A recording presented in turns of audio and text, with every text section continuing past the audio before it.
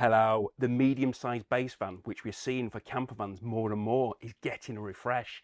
Actually, these are huge upgrades. You might have seen from our videos at the Motorhome and Caravan show that the VW Crafter is becoming more and more popular for campervans.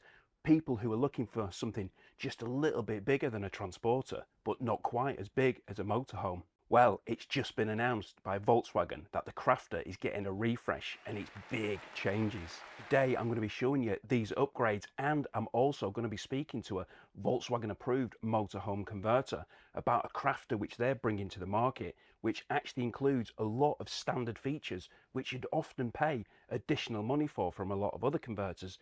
These are including things like solar panels on the roof, lithium-ion batteries and hot water in your van. But first, a refresh of the VW Crafter. Now personally, I do like vehicles with a nice interior, and I do like that of the new ID Buzz and also the multivan. I like the new modern digital cockpits, the displays which you find in the T6.1 California and also the Caravel, although that's now been replaced by the multivan. And that is especially good news because that digital cockpit is now going to be featuring in the Volkswagen Crafter.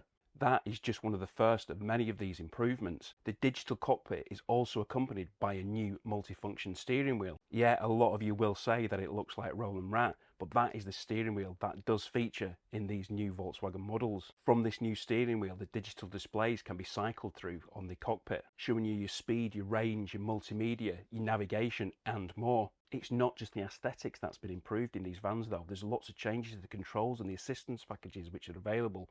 Actually, some of them have surprised me, but I'll come on to those in a minute. The infotainment system going forward on this Crafter is going to feature a huge 10.3-inch display, but if that isn't big enough for you, there's a mammoth 12.9-inch available as an optional extra. Although don't worry, because this is obviously a big cockpit, it is a reasonably sized vehicle, so it's not going to look out of place. The screen's been designed to look freestanding, which is the modern way as seen in the other models. The display has been updated with its newly developed graphic interface, which I will show you a lot more in the future when I get my hands on one. This interface is obviously touchscreen, but it's also got a couple of touch bars as well, so you'll be able to control the heating system and those lovely heated seats by using the touch bar at the bottom. The cab temperature and also the audio controls can be used by using the touchscreen slider, which is illuminated so you know exactly where your settings are.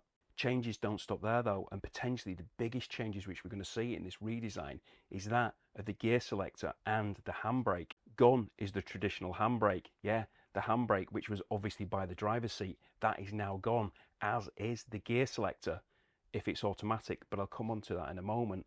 The handbrake is now done, like most of the vehicles are, by the electronically controlled button.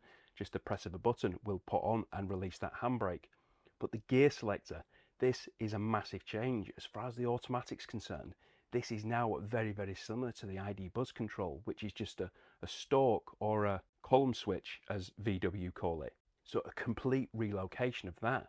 And if you've got that automatic, instead of having that gear selector where you had it, there's actually going to be a drinks compartment.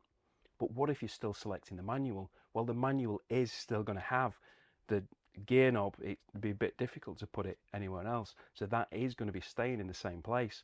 So obviously you're not going to get that extra drink storage, but this is a Crafter. There's plenty of places you can store your drinks. But with the handbrake gone, that now obviously frees a lot of space between the passenger and the driver's seat, which means that driver's seat is going to be able to rotate a lot easier. So for a campervan, that's absolutely perfect. The driver's seat being able to rotate 180 degrees, absolutely perfect. The changes keep coming with a modern design, and that's getting rid of the USB-A sockets. No longer are they in the vehicle. They've now actually been changed to USB-C, with an additional one being put up by the rear view mirror, which is perfect if you've got a dash cam or something like that. You might have seen that on a few of the other models. You've got the USB-C up there, and they've also got a wireless charger for your phone, or inductive charging as they call it, so you can charge your phone wirelessly whilst in the van. These modern changes are coming to the van, and it really is a welcome change. The changes go on, and this is now incorporating assist and safety systems within the vehicle. Some of these have been added as standard features depending on the weight of the vehicle. Over 3.5 ton, you're going to get additional safety features as standard, whereas under 3.5 ton, you will actually have to have them as optional extras. So a few of those changes are including a blind spot information system, moving off information to make sure that there's no pedestrians stood in front of your van when you move off. Also, an oncoming braking function. So if you're making a turn and there's an oncoming vehicle, it's going to apply the brakes for you. A lot of these things, well, you think, well, if I'm a good driver, I'm going to do that myself, but they're there. They're going to be there if you want them, and some people will. Now, all of the following is going to be standard on this new model of vehicle, and that's the autonomous braking system, lane assist, dynamic road sign display, speed limiter, and acoustic park distance control. There's also going to be the other options of adaptive cruise control, emergency assist, and travel assist for the first time on the Crafter. This new Crafter will be available in various different body types, weight classes, wheelbases, and roof heights. There's also going to be different options for front wheel drive, rear wheel drive, and an all wheel drive system. It'll also come in 2 different wheelbases and different transmissions, your manual or your automatic, as well as a range in different engines. There's so many different options available, it's a little bit mind-boggling, so many different choices to make. Maybe it's just going to be best left to a Volkswagen approved motorhome converter to build your campervan for you, to make sure that you're getting the best you possibly can. And that's where somebody like Bespoke comes into. Now, Bespoke have now got an NCC approved Volkswagen Crafter. I'm not sure what that means for the new model, whether they'd have to go through that process again. I guess we'll find out. But they've got one of the very, very few VW Crafters available at the moment, which is NCC approved. So whilst I was at the Motorhome and Caravan show, I had a word with Shane from Bespoke just to find out a little bit more about their conversion, what standard features they've got, because there's a lot more standard features on this than you get with a lot of other base vans. So I was really intrigued to see what it's like, but I'm even more interested in actually taking it out. So hopefully very, very soon I'm going to be taking that van out. Anyway, let's have a look at this conversion. There's a couple of special features which I personally really, really like. This is our new model for this year, so we'll be introducing them through the dealer network into 2024. This one is called the Bespoke Edition. So as you say, it's based on the medium wheelbase Crafter in the automatic version. So we're doing these in a 140 auto and in a 177 auto. So we've 2 models, both autos, and we will have plenty of stock available of them for next year. This is aimed at probably somebody who's moving on up from maybe having a transporter in the past, or moving towards wanting to have a larger vehicle than the transport that we used to. A few more mod cons. So in this one we've got, you know, the fixed bathroom, so we have a toilet, hot and cold shower, and sort of a bit more luxury from that point of view. Also, the 4-berth setup on this one, we've purposely designed it to have the pop-up roof still. So the pop-up roof means we have the ability to have like 2 fixed beds. So you've got a 4-seater lounge at the front here where we're sitting at the minute, and then you've still got a 4-berth arrangement with the fixed bed at the back still on the Frawley spring mattress, and then the upper really large bed up in the attic roof, up in the roof, which is standard on all of the models, so it is. We also in the vans have decided to go for quite a high-end finish, so everything's standard. So the like of the solid surface Corian worktop, the hot and cold water system, you've got fresh and waste onboard water tanks. We've got the onboard LPG, which is a refillable tank, same as we have in the transporter versions. Also all the off-grid stuff. So we've got 200 watt solar as standard. We've got lithium-ion battery. We've got the Victron power management stuff along with an inverter as standard. So you can have with microwave built in, but you can do things like, for example, plug in an air fryer or that sort of stuff as well to make it like an off-grid solution. Other things, just to have the sort of thing at a really high level, things like the leather seating, that's also standard and available in a mixture of colours, so you're not having to pay extra for leather or any of those bits at all.